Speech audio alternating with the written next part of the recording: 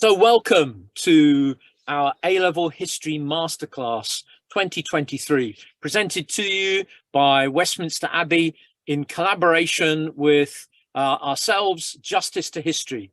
My name is Robin Whitburn, history teacher for many, many years in schools, now working for University College London Institute of Education, training history teachers, as well as being in partnership with my colleague here in our Justice to History organisation. Hello everyone, my name is Abdul Mohamud. I was also a history teacher until very recently, last year, for many years. I'm currently a full-time PhD student at the University College London, working on a project, a new project focusing on the understanding of migration, empire and identity on British history, and British history teaching in particular. So our topic today connects very much with our work over the last 10 years and Abdul's doctoral studies. It's on Britain's imperial past and identity, 1760 to 1920. But we want to do it through the lens of the Abbey. So our inquiry question for this masterclass is, what can the monuments of Westminster Abbey teach us about Britain's imperial past from 1760 to 1920? The topic of monuments and memorials has actually been in the public eye in a way perhaps almost never before.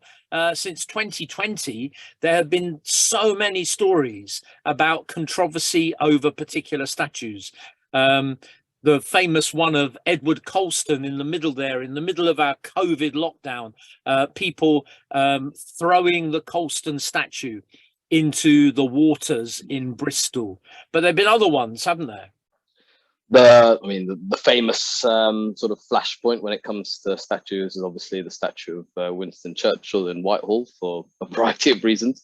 But going back before 2020, it was Cecil Rhodes' statue in Oxford, which was part of a sort of international movement against sort of colonial figures, which started in Cape Town, the giant statue of Rhodes there, where he was Prime Minister of the Cape Colony. But the one that we're going to be really focusing on today, and the focus of our talk, is the statue, or the memorialization in general of figures like Robert Clive, Clive of India. You can see his sort of giant statue there in Westminster.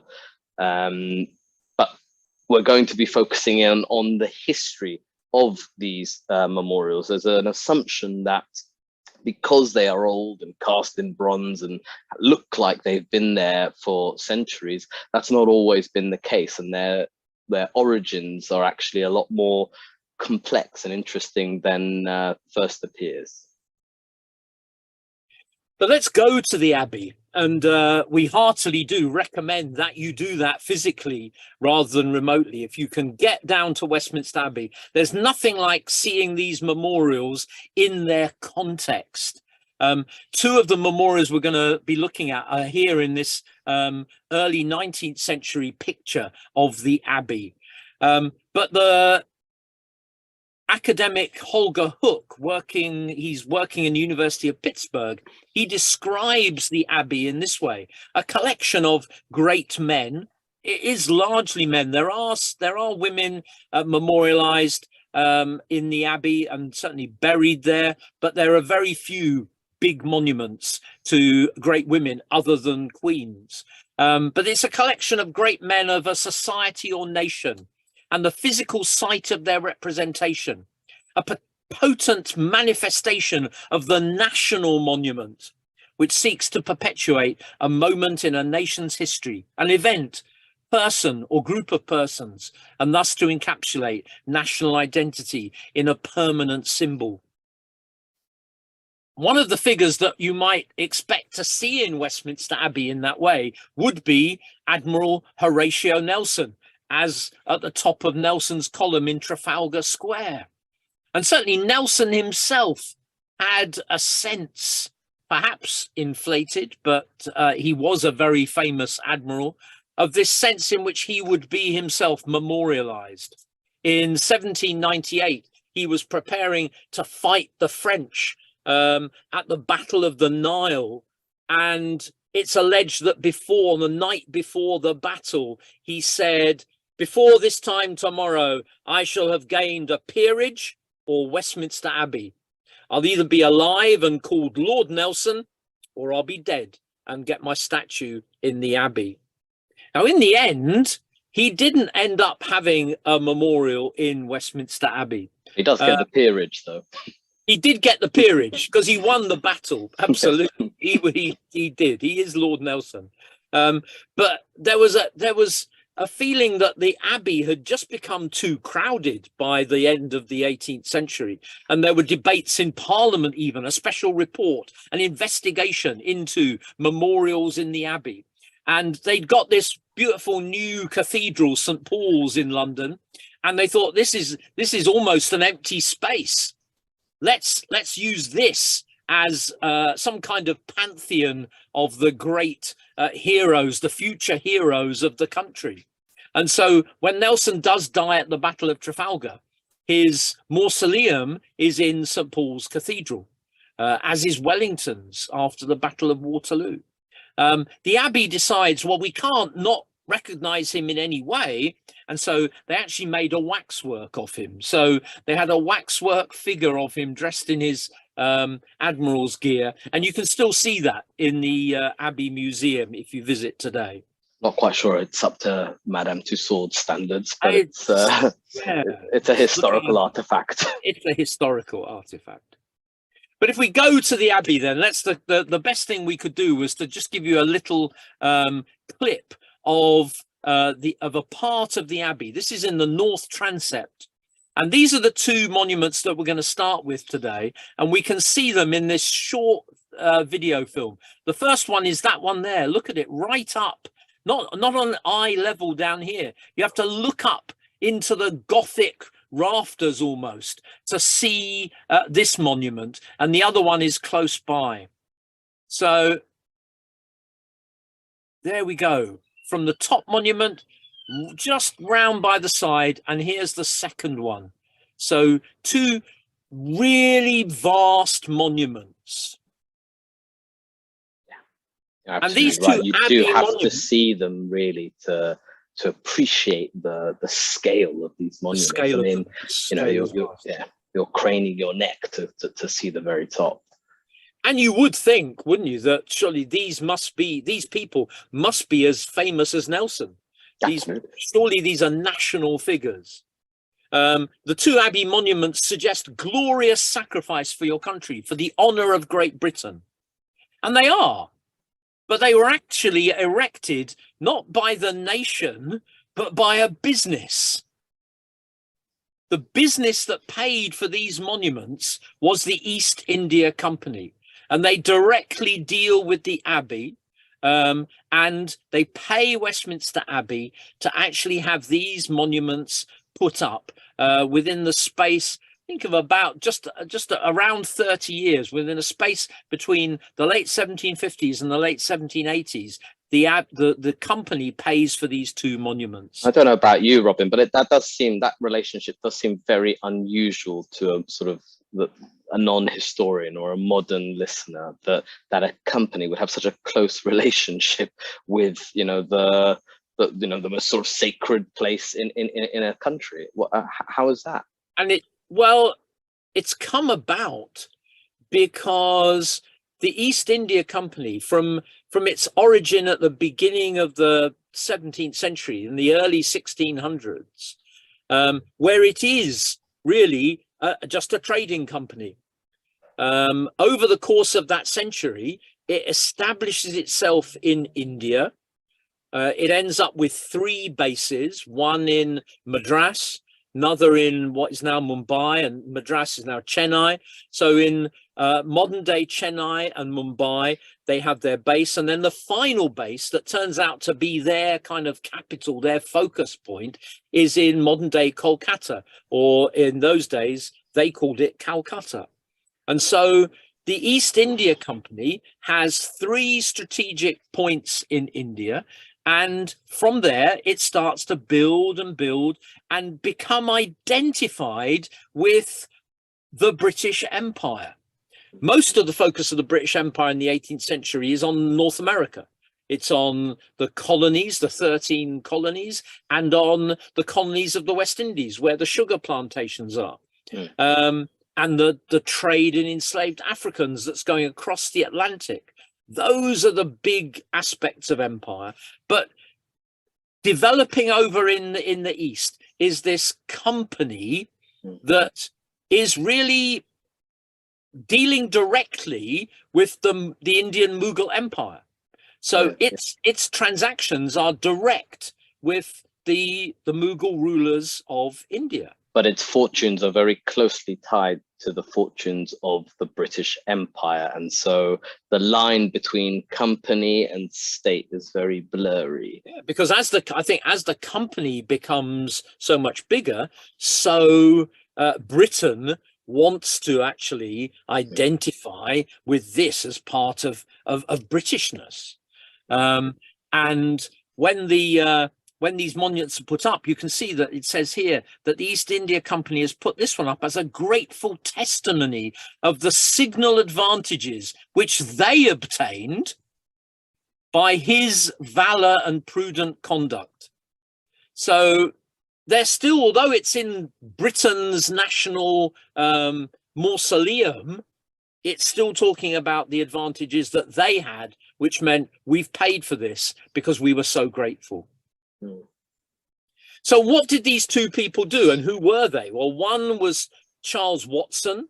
His monument's up there. That's the one high up in the Abbey. And the other is Sir Eyre Coote, and that's his monument there just alongside Charles Watson. And they're involved in what we know as the Plassey campaign, the Battle of Plassey. But in India, they would call it the Bengal Revolution of 1757. So the East India Company and the Bengal Revolution seen through these two monuments. So first of all, Charles, what was happening in Bengal? What's happening in Calcutta? Well, the Nawab of Bengal, the Mughal ruler of Bengal, Siraj Ad-Dowlah, he came to the Nawabship in 1756, and he decided, which just sort of means prince, doesn't it? He's not the Mughal kind of emperor, but he's a deputy in a sense. Yeah, he's a governor. He's like the governor of Bengal. But in taking that position, he starts to challenge this idea that the company should be such a huge, powerful figure. They are merchants. He says, well, in terms of, because they've started to build fortifications in Kolkata. They've built a fort for themselves, Fort William. And he says, what use do you have of a fort when you're merchants? Why do you need a fort? You're traders. Do your trading. And he wants them to actually demolish the fort. He wants them to start behaving more strictly according to the rules that had been laid down in the 17th century. I think it was Simon Sharma who said it was at that point that the Nawab realized that he had a cuckoo in the nest. It was almost they sort of stealthily fortified their position, and he had to take action. Yeah. And the governor, the East India Company governor of Calcutta, a man called Drake, he decides, we're not going to pay any attention to this. We're not going to listen to this Nawab. Who the hell does he think he is? Doesn't he know that we're British? And he refuses to give any concessions. So the Nawab attacks Calcutta. He takes and captures Calcutta. And as a result of this, the British now, of course, are indignant. An incident happens during the occupation, during the Nawab's restoration in Calcutta, where overnight a number of English prisoners are held in a very small cell in Calcutta. It's about 160 or so, I think. Allegedly, it's much more likely to be in double figures than triple figures. It's probably, we think it probably now is more like sort of 70 to 80. But there are a number of people held in this cell overnight. It's almost certainly not on the orders of the Nawab. It's probably one of those kind of errors. Nobody bothered to check. No one did a risk assessment. They just bunged all these folk into this cell, and as a result of the claustrophobic conditions and the insanitary conditions of this, they die. Most of them die as a result, and it's a big scandal. It gets called the Black Hole of Calcutta, and in retrospect, it gets used as the justification for what happens next. So nobody knows the full details of all of this over in Britain, but before they know all of that, they order British forces to go back to Calcutta and retake Calcutta. And that's where Watson comes in, because Watson was a naval commander. He's commanding the British ships, perhaps half a dozen of them at most, in Madras in the south. And along with Watson, the naval commander, is Colonel Clive, who's the military commander. So he has the troops, company troops, East India Company troops, and Watson has the ships, Royal Navy ships. And Watson carries Clive's troops up the coast, up across the Indian Ocean to Kolkata. They arrive there in January 1757, and largely down to Watson's efforts, they recapture Calcutta under his bombardment. He's promoted then to Vice Admiral of the White, but later that year he died of tropical disease. And it was not uncommon for many people in Southeast Asia at that time, but particularly Europeans who were unfamiliar with the sort of climate. Yeah, and as a result of that, almost instantly, the company put up this great memorial to Watson in Westminster Abbey. And here you can see on that memorial the figure of Calcutta. It's a very sort of ambiguous figure in that it looks like a kind of classical Greek figure, but it could be draped in Eastern costume. It's got kind of possibly an Eastern necklace, but this figure represents the freeing of Calcutta. Could well be an allusion at this stage to those who died in the Black Hole, because there were some women and children involved in that. And in contrast to that figure, which is what Watson's looking towards, that figure, he's turned his back on the figure of an Indian, of an indigenous person who's shown as a kind of evil person that needs to be chained and subdued. And that's the monument to Watson. The monument to Coote alongside, that celebrates a military person. So Coote is a military officer, and he's there in the Bengal Revolution. He's there in the campaign, but he's a junior officer. So Watson was under Clive. So Robert Clive is the leader and Coote is a junior officer. But on the night before this Battle of Plassey, which happens after Calcutta is released, is freed from the Nawab's control and the company are restored, after the company is restored, Clive decides the British are going to go and actually fight the Nawab. So rather than just simply recapture their own territory, they're going to go after the Nawab. And that's what the Battle of Plassey is, a battle between British forces and the Nawab of Bengal. And just before the battle, on the night before, Clive, the commander, and the majority of his officers were against fighting the battle the next day. But Coote, Eyre Coote, at that point, I think he's Major Eyre Coote on the eve of Plassey. He decides, no, we should fight. We must fight. And he argues with Clive. And in the end, overnight, Clive changes his mind. And there is the Battle of Plassey, and the British win. Later on, Coote was sent down south to Madras. He beats the French, who are now fighting the British in India as part of the 7 Years' War. And he wins at the Battle of Wandiwash in 1760. In India, he becomes known as Coote Bahadur. So Bahadur, an Indian word for hero. And so that's his nickname because of his success. And in the 1780s, he has more military success. Well, at that stage, the East India Company are fighting Hyder Ali and the French. Hyder Ali was the ruler of Mysore in the south, and Coote has several victories against Ali. But in 1783, before that war was actually finished, Coote dies of a stroke. And again, the East India Company decide to memorialize him in Westminster Abbey.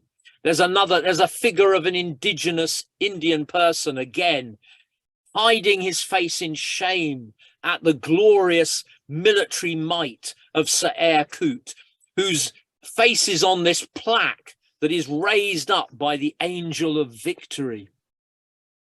And there's this strange figure in the middle of this helmet. I mean, it's a ghostly sort of... It's ghostly. It has no real head. The head is... It's not a real head. It's just like a stump inside. No. Yeah, and almost sort of like a Viking or Saxon style helmet, you know, alongside this classical robe, which is interesting. Yeah, it's kind of suggesting a continuity almost, isn't it, of kind of English greatness from the warriors of old through to Eyre Coote, the warrior of the 18th century. And so there are a number of key things that these two monuments are celebrating. And the monument to Watson uses these two words, valor, or two terms, valor and prudent conduct.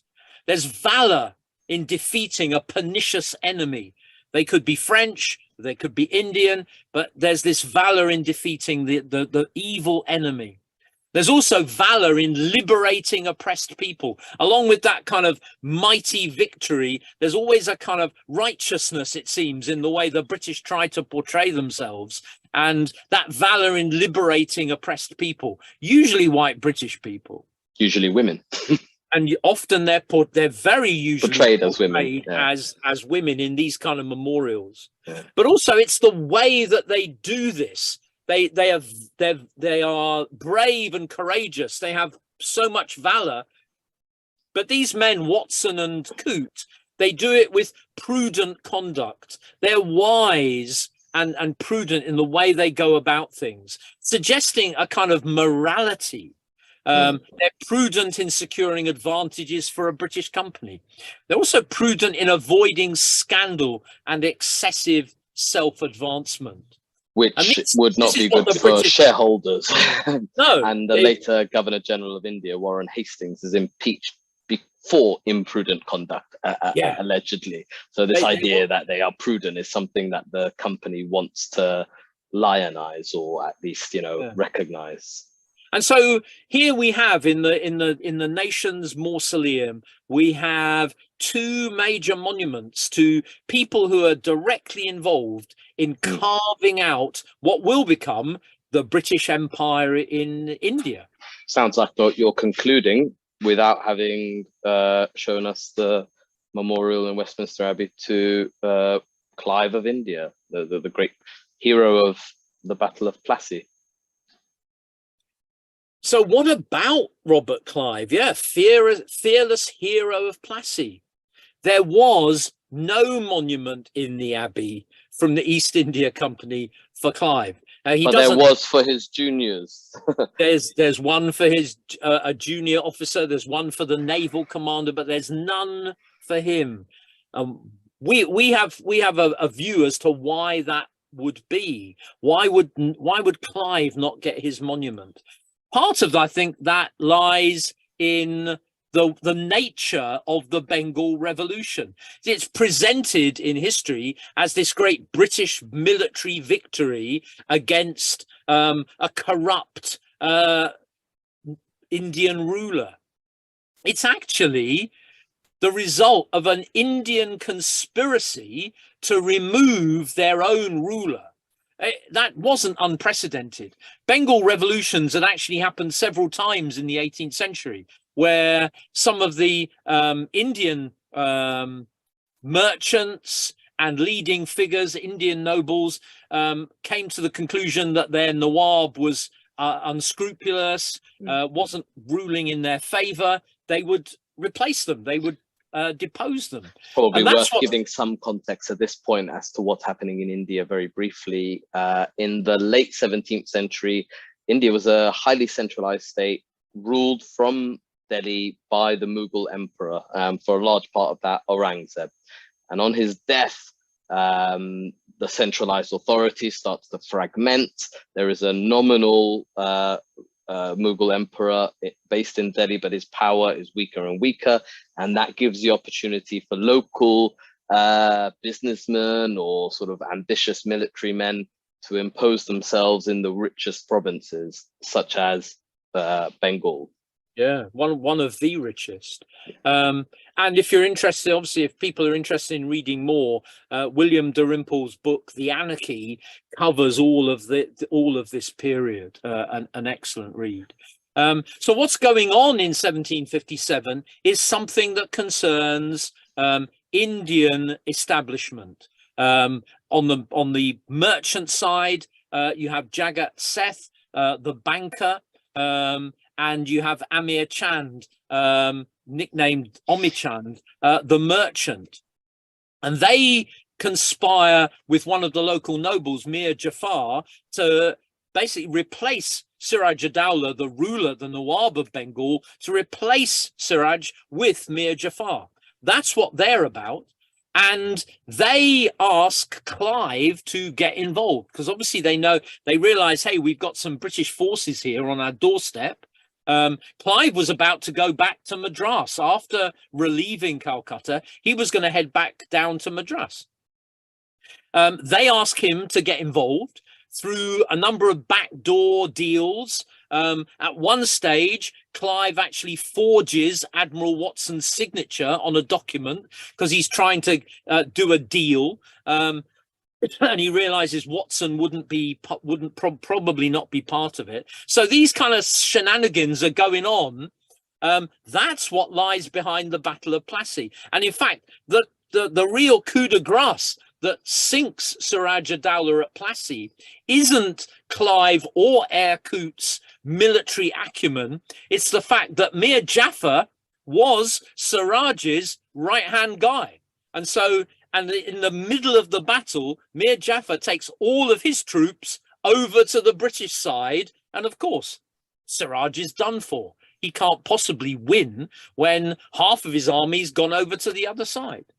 And the other half forgot to cover their gunpowder stores when it started when it raining. rains. Yeah, the monsoon. Yeah, and Clive happens to be is in a mango grove, isn't it? I think, which kind of helps protect them. So what happens next kind of also dents Clive's reputation, because Clive, despite having been reluctantly kind of pushed into this by Erkut, part of a conspiracy, he's the one who emerges with the reputation, as you said, of Plassey, but also with a massive fortune. I think overnight he becomes one of, if not the richest individual in Britain. And I mean, understandably, this attracts a bit of jealousy, but also genuine, I think, anger at the sort of scale of his greed. And so he's being interrogated by some sort of parliamentary committee that's saying, how on earth could you, ruin the name of the British army and British people by, sacking this city in this way? And his response, it's sort of, I was just going to say that he doesn't hang about much in India. What he really wants is to come back and be an upper class person in Britain. And there were a number of these folk who did that from the company. So because they go as a company, they don't go as settlers to settle in India. They're basically doing business, and he's no different. No, they're not paid a great deal. And the lure, the real attraction for people who joined the company was in the promise of being able to work as interlopers, do side deals for themselves, or to, just to make little profits where they could. The most famous one was the Great grandfather of William Pitt, the Prime Minister, or the father? I'm not sure. Thomas Pitt. Yeah, Thomas Pitt. Yeah, Thomas Diamond Pitt, who's named that because he steals a massive diamond and brings it back. But yeah, Clive, when he's questioned about his looting, said, "An opulent city lay at my mercy. Vaults were thrown open to me alone, piled on either hand with gold and jewels. At this moment, I stand astonished at my own moderation," which is one of the, I think, all-time great quotes in one's own defense. Yes, well, we're kind of used to people being interrogated by parliamentary committees and being making kind of smart remarks, or shameless remarks, or shameless remarks, possibly. We couldn't possibly comment. So Clive ends up, in fact, although he is fabulously rich and he has vast estates, and he gets a peerage, although they don't give him a British peerage like like he might have wanted. They give him an Irish peerage, and so he is Baron Clive, but his is an Irish peerage, and he had a history of mental illness, of depression from when he was a young person in India. In fact, when he first goes out, and he also, from what we can understand, had an illegal drug habit in opium, and he ends up committing suicide in 1774, and so, even though he was acquitted of corruption by the parliamentary investigation, still deeply divisive figure in the country. And the East India Company decided not to put up a monument, and they don't request a monument in Westminster Abbey. But he's going to get a monument later. Meanwhile, elsewhere, there is still imperial business going on. And so the British Empire by the late 18th, 19th century was, vast and, a very complex, interconnected web of enterprises. And one family that sort of epitomized that, the Enderby family, were involved in a number of businesses, such as the tea trade, shipping tea from China and later India to markets in Europe and North America, but also in whaling, which is now illegal, rightly so, but was incredibly common in the 1800s. Whale oil, the fats from the whales, were used to lubricate, the fine machinery that was, essentially the engine of the Industrial Revolution, and was used for other things like textile manufacture. And they were involved in these businesses, and accidentally, in the course of their whaling, also ended up discovering an island here or there. So they really do epitomize empire, discovery of territory, and also this sort of obsession with trade, but not on the level of the state. This is a family, a family business. Absolutely. When Napoleon Bonaparte said that Britain was a nation of shopkeepers, I think he was thinking of people like the Enderby family. The Enderby. Yeah, absolutely. So their base is in southeast London. They're out of kind of Gravesend, Deptford, Bermondsey. That's their neck of the woods. They are involved they get involved in some kind of illustrious aspects of British Empire history. Understand that one of their ships, one of their tea trading ships, was possibly one of the 3 or 4 that was involved in the Boston Tea Party. So as I said, they were involved in this is, we're not entirely certain, because that suggests the scale of their operation, but one of their ships was probably boarded by the Sons of Liberty, the American patriots who dress up as Native Americans, get on the ships, and then throw the tea overboard, which is seen as really the starter gun to the American War of Independence. So as one of their ships was involved in that. But they would have fallen. They wouldn't have been on this PowerPoint had it not been for one. But it's also mentioned that they're also involved in the whaling takes them to Australia. So they span the globe on what is a fairly medium scale operation, but they do span the globe, and that by the 19th century, you are getting this sense that British interests do span the globe, not just coming out of Westminster and Parliament, but actually interests from a local firm in southeast London are spanning the globe. Absolutely. The Enderbys don't end up in Westminster Abbey. There's no monument to any of these. But one of their sort of descendants is, and so not from the male line, one of the sort of the daughters of Samuel Enderby Jr. I think it was. Yeah, Samuel Enderby. The Samuel Jr. is there. That's his picture here in the middle. It's his daughter, who then marries a British army officer. That's one of the things of the imperial success, is that it gives an opportunity for kind of people who are not high ranked in society to actually move up. That's been throughout the empire's history, isn't it? And because Samuel Senior, who's kind of in the middle of starts all this business in the mid 18th century, he was an apprentice to a barrel maker. He comes from the humblest of beginnings, but his granddaughter is marrying an army general. And their son, by the late 19th century, I've read it in various sort of places, probably the most famous man in the world.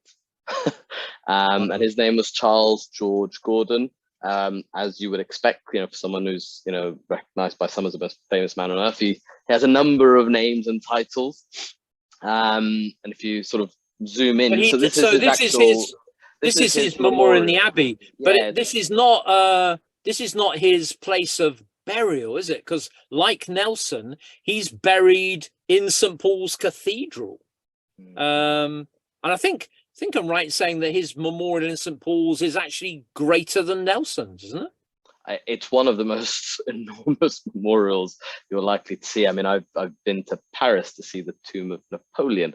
Now that is bigger than this one, but not by much. Which really says something to the, certainly the public affection for Gordon, but also the necessity to sort of recognize his achievements. He had an outsized role in the British self-imagination. And unlike Nelson, who only gets a waxwork in Westminster Abbey, Gordon actually gets an actual monument, a metal bronze bust. And this is just inside the west door, of stone's throw from the tomb of the unknown warrior. It'd be easy to miss, but it's once you see it, it's actually quite a very detailed. It was at a time when they decided that they weren't going to have any of these because there was no space. No, but they kind of made space for Charles George Gordon. Yeah, and his sort of life is really encapsulated in these ribbons around the sort of the coat of arms or the shield beneath his bust. On the left, you can see there it says Mandarin of China, which essentially means sort of employee of the Chinese emperor. That's a term for Mandarin, a civil servant, but he worked directly for the Qing emperor of China in the 1860s. On the right, you can see it says Pasha of Egypt. Now, Pasha is a sort of another name for governor, It's a sort of Turkish title that was used for the governors of the provinces of the Ottoman Empire. And at that time, in 1873, when he was acting as the sort of Pasha of Egypt, he was essentially doing the work of a governor in first in Egypt and then later in Sudan, where he gets his lasting title, Gordon of Khartoum. And finally, across the bottom, his day job, the job that gave him prominence, a major general of the British Army. So he first sees action in the Crimea, which is a war between Britain, France, the Ottoman Empire against Imperial Russia. He then desperately tries to get a commission to India in 1857 because the Great Rebellion has begun and he wants to be a part of that, but he's not chosen for it. And so he sort of skulks around, and 3 years later finds himself in China, just after the end of the Second Opium War. But he's there for perhaps the most defining episode of the Second Opium War, which is the looting and sacking of the Summer Palace, which was the residence of the Qing Emperor, where pretty much everything, even things that were bolted down, were taken away and shipped to different parts of the world. 1.3 million different items and artifacts taken from the Summer Palace before it was burnt to the ground. And he famously disagrees with this. And that's a sign of the character that will endear him to the British public. So a bit different from Clive then. The exact opposite of Clive, where Clive was essentially faithless. He was Gordon was a man of deep, deep faith, where Clive was motivated by fame. In fact, most famously, someone said of Gordon, he was without the three vices that corrupt men, and that is the love of money, the love of fame, and the love of women. So he never married. He hated money, and he could not stand being famous, with the irony, of course, being as a result of his hatred of fame, he does things that make him fame worthy, which makes him quite miserable. But you can see him there on the right, dressed in the imperial yellow jacket, which is oh my gosh, that's actually him. I thought that was the Chinese leader. Okay, no, that is Gordon, yeah, with the distinctive moustache. He's lost a little bit of weight from this photo on the right there from the Crimea. Yeah. But anyway, he is leading sort of a ragtag. This is so the Chinese, the Imperial Chinese government is losing grip on its country at this point. They've lost 2 wars to the Europeans, and they've given away ports. This makes a lot of people in China angry, and there are a group of people in China called the Taipings, led by a sort of messianic leader who says he's the second coming of Christ. The British and the Americans, everyone has to decide, are these really Christians or not? And they decide, well, no, they're not Christians. So they put their weight behind the Chinese emperor, so that the Chinese Imperial Army is led by an American commander. Gordon is given command of a smaller force called the Ever Victorious Army, and he whips them into shape. Forbids them from looting, drills them, and makes sure that they are sort of efficient. And they win quite a few battles. He gains the everlasting gratitude of the Qing Emperor. But there was one episode that really defined him, where he was about to take a city being held by the Taipings. He negotiates with their leader and says, if you surrender to me, I guarantee the safety of your men, each and every one of them. And they surrender, but the Imperial Chinese army are the ones to take this city, and they do not honor that, and they execute all of the prisoners. And he resigns in disgust at this. He says, I cannot work under these conditions, etc. So this wasn't an exercise in boosting British imperial power. This was a British officer support, along with Americans as well, supporting an overseas empire. Yes, he is, in a way. He's not going against British foreign policy. British foreign policy is to support the Imperial Chinese government, because they are the ones who are seen as the best bet for maintaining British trade. And yeah, they when Gordon tries to sort of resign, they offer him huge amounts of money and titles, and he turns them all down. He says that you pay my men, make sure they're paid, etc. The merchants, the British and the sort of German, the European merchants, try to give him lavish gifts. He turns them all down, etc. And this is the age of the telegraph, and messages are reaching London. He's in the Times. This guy, this sort of saintly figure who fights. In an age where there's all these mercenaries fighting just for fame and wealth, he seems to be fighting for neither. And when they do that monument to him, Mandarin of China is something that is recognized. So it's only China that he fights in? There's the Crimea that he fights in China. Okay. And what happens next? He sort of retires for a bit in Gravesend, which is where he trained, I think. Where the he's doing a pointless job there. He's building fortifications on the south coast of England for an invasion that is never going to come. He spends his time just giving money away, educating young children, who he names Wangs, because that was the name of his soldiers in the victorious armies. This strange side, this eccentric man who, by the way, never actually went into battle with a gun or a sword. He only ever carried a cane, which I always find interesting. Sort of like a medieval monk. That story of Odo, the Bishop of Bayeux, riding on horseback with only a club because he doesn't want to spill blood. But anyway, Gordon then, I think in 1872, after a few years, unhappy years, being followed by the press, etc., he takes a job to working for the Khedive of Egypt in 1873. And Egypt by this point is actually part of the Ottoman Empire, but very loosely. And it 4 years before, the Suez Canal had opened, this sort of joint British and French enterprise, and it's slowly coming under British influence. They are borrowing heavily from British and French banks. And Gordon is appointed as sort of the governor of southern Egypt, so the Sudan, and he works there tirelessly. He annoys a lot of people, particularly the Arab population, by imposing changes to their sort of social order, particularly his work against the slave trade. Slavery was common practice in that part of the world. Other things which did not endear him to the local populace, inviting missionaries, etc.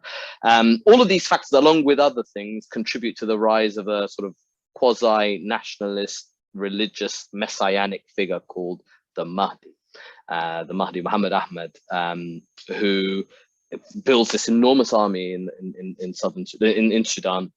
And he threatens Egypt itself. He wins many victories against the Egyptian forces and some Anglo-Egyptian forces. And the public are receiving this news. Egypt has just come under the sphere of British influence, and we're about to lose it. So who do we send? There's a public clamor for sending Gordon. So Gordon goes with very precise orders. You need to evacuate all British subjects from Khartoum and come home. So he fulfills the first part, and he seems to ignore the second part. Evacuate, the people come home, yeah? The British subjects do come home, yeah. But there are still about, I forget the exact number, but about 30,000 people within Khartoum, and he uses them to basically fortify the city. That's his job. That's what he's been doing in Gravesend the last few years. He creates a massive, brilliant fortification. And, he thinks they have about 6 months worth of food, but they hold out against the Mahdi's army for 10 months. And in that time, everybody in Britain is reading about the plight faced by, Chinese Gordon, General Gordon. And the Prime Minister, William Gladstone, is being harangued by people in the street, by Queen Victoria, to send a relief force, which is exactly what he didn't want to do. He didn't want to get entangled in Sudan. You're telling me that Gordon is disobeying the government. So he's not doing what he's been told to do. Not for the first time. Yeah. So is this for his own ends? You said he wasn't interested in fame and glory. Why is he doing this?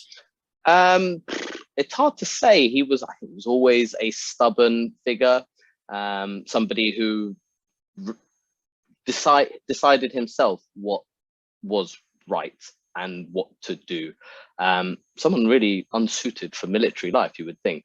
And also to some extent, he probably had a bit of a death wish. I think he was a deeply religious man, and the quote that he often told people when asked about his religious convictions was, "For me to live is Christ, and to die is gain, which essentially just means that Paul's letter to the Philippians. yeah, So it's biblical. It so is he sees biblical. himself in biblical terms. Absolutely. And he sees himself as sort of an agent of God in a sense, but not unremarkable at the time. Evangelicism had already swept through Britain. 40 years before, it's firmly entrenched in the sort of Victorian mindset, and this contributes to his celebrity. He's seen as the Prime Minister Gladstone is famous for his kind of religious conviction and moral conviction. So you kind of have two people who see morality in quite different ways, it seems. Not necessarily. They agreed on almost everything except for this specific order. You need to come home. He said, and there was a famous letter or a telegram that reaches him from Cairo that says, I think halfway through the siege, you need to leave right now, even if that means abandoning the people that you fortified yourself here with. And he said, I'm not going to abandon them. And then a huge relief force is sent to basically ward off the Mahdi's army. And to rescue that's the aim of this relief force. An Anglo-Egyptian relief force is coming down south. And actually, I've seen a cartoon. There's a Punch cartoon of Gordon being relieved by a British Army general. So the cartoon suggests that Gordon is saved, and we're happy ever after. Unfortunately for Gordon, no. The Mahdi and his army, they receive notice from their scouts that this huge relief army is coming, and they triple their efforts to take Khartoum. And so 2 days before the relief army reaches Khartoum, the battle is already over. The Mahdi's armies, as you can see there in that painting, this very famous painting, Gordon standing there stoically at the top of the stairs. They kill Gordon, they kill most of the inhabitants, and then the relief army just leaves. This is not the end of British involvement in Sudan, but that's a story for another day. Yeah. But of course, and he's seen as a martyr. That's the important thing. And he achieves what he wanted to. Yeah. Out of this kind of struggle between Gordon and Gladstone, it's Gladstone who ends up losing. His government loses only briefly, but the government loses to the opposition. And Gordon's memory, Gordon gets the mausoleum and the plaque and everything else. The public prefer Gordon to Gladstone. Absolutely. Although Gladstone's statue has a statue in Westminster Abbey. Oh yeah, I mean, but Gladstone comes back. Absolutely. But it doesn't. This episode doesn't do the government's reputation any good. No, it was that prevarication, that sense. Oh, if you'd listened to us sooner, we'd still have Gordon with us. I think that stays with Gladstone. So we're almost at the end of our class, but we've got one last imperial figure to talk about, haven't we? Because by the end of this is a kind of famous episode in Victorian Empire, but the real fame of the Victorian Empire is the Raj, isn't it? It's what's going on in India, and here our final figure is this guy, isn't it? George Nathaniel Curzon. I can't read his monument. What on earth? That's not English. No, neither can I. It's Latin. It's Latin. Translation of it. It's a very sort of so why would Curzon have a Latin monument? I mean, that's going back to the 16th, 17th century. No one else in the Abbey from the 18th and 19th or 20th centuries has a Latin monument. What is it about this guy? George Nathaniel Curzon was probably the most sort of arrogant British official of his age, and this is an age where Britain is at its imperial height. There's some incredible stiff competition. He sees himself not not arrogant in the sense Gordon was, that he has a different kind of conviction. He has a conviction in the greatness of his own destiny. And his destiny when he was young was to be the Viceroy of India, which he achieves in 1899. Of course, he's born the year after the British Raj is founded. So the East India Company, after the Great Rebellion in 57, the East India Company lose their political power in India, and it reverts to it comes into under the kind of control of the British state.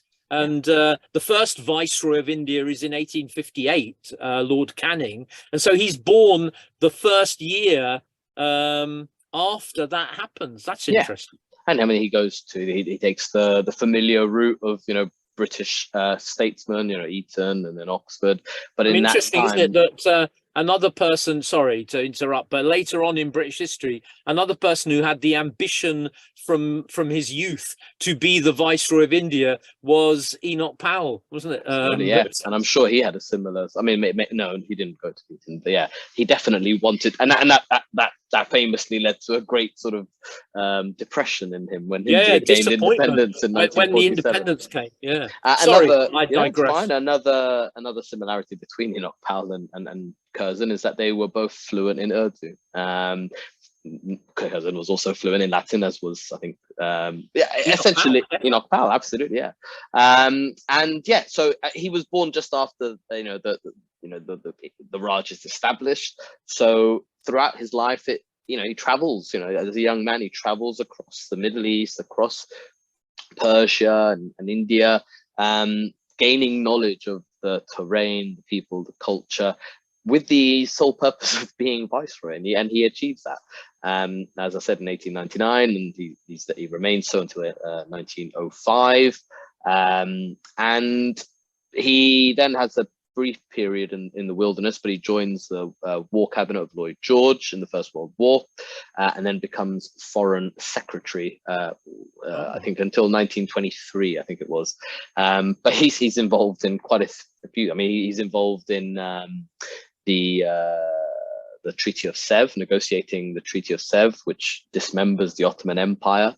He has a deep hatred of the Ottoman Empire, and then obviously he's there long enough to be the British signatory to the Treaty of Sèvres, which accepts the new borders after the Turkish nationalists win their land.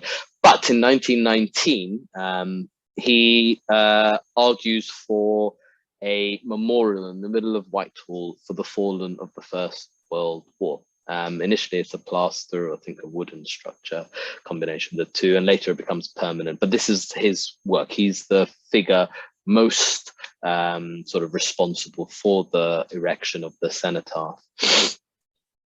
But that's not the first monument that he is responsible for, and that's what's interesting, isn't it? So it's interesting that he does the cenotaph, but back in 1907, he was interested in another monument. So we said that he finishes being viceroy in 1906. So he comes back from India, and he's back in England in 1907. And 1907, of course, is the 150th anniversary of the Battle of Plassey. What about Robert Clive, fearless hero of Plassey? Why was there no monument in the Abbey for him? I mean, we asked that question earlier in the class. Curzon was asking that very question in 1907.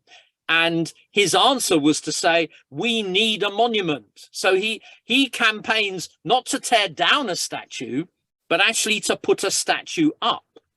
And he is the person who is responsible primarily for getting this statue of Clive erected in London, first of all in the city, and then it gets moved in 1916 to Whitehall. So this statue of Clive doesn't come from the 18th century. It actually comes from the early 20th century, and it's Curzon who's responsible for it. But Curzon doesn't want to stop there. He doesn't want to stop with the statue because he's still fixated about the Abbey. And so he sets up a fund, and he puts up money. He writes to the Dean of Westminster Abbey in 1913, and he puts up money for this. And he says, please, can we have a monument to Clive in the Abbey? The Dean of Westminster feels under pressure to to give in to this, because imperialism is very popular. But there's no way that there is space in the Abbey for Clive to have the magnificent Admiral Watson monument or the magnificent Eyre Coote monument. So Clive gets this fairly small plaque. It's actually no bigger, really, than Gordon's plaque. But Clive hasn't got that massive mausoleum anywhere either. All he's got is this small side aisle just off the nave, and he's got this little small monument alongside this here. I think is a great kind of 17th century monument, and there's other monuments around. That's not his. The above is not him. This is his small monument, and it's the work of Lord George Nathaniel, Lord Curzon.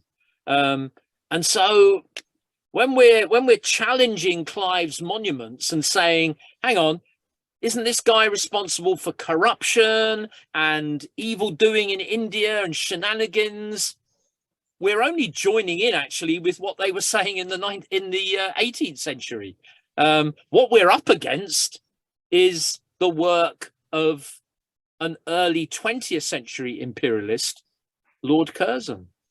And other historical revisionists like Henrietta Marshall, you know, and also and Macaulay. In fact, Macaulay in the 19th century was bigging up Clive as well. Definitely, there was definitely a desire in some areas to airbrush his sort of mistakes and errors and crimes away, because he was his actions were the key to the British Raj in India. So. And in a sense, you could say that, you know, Clive's story really is in a microcosm, kind of stands for the debates about British imperial history and the significance of it in memory and nostalgia. Certainly more than the debate around Churchill's statue. I think if people were ever going to have a debate about a particular statue when discussing the British Empire, his would be a greater or a more fruitful sort of object of discussion. Yeah. But thank you very much. This was Justice to History with Westminster Abbey. So it's goodbye, and thank you for listening from me.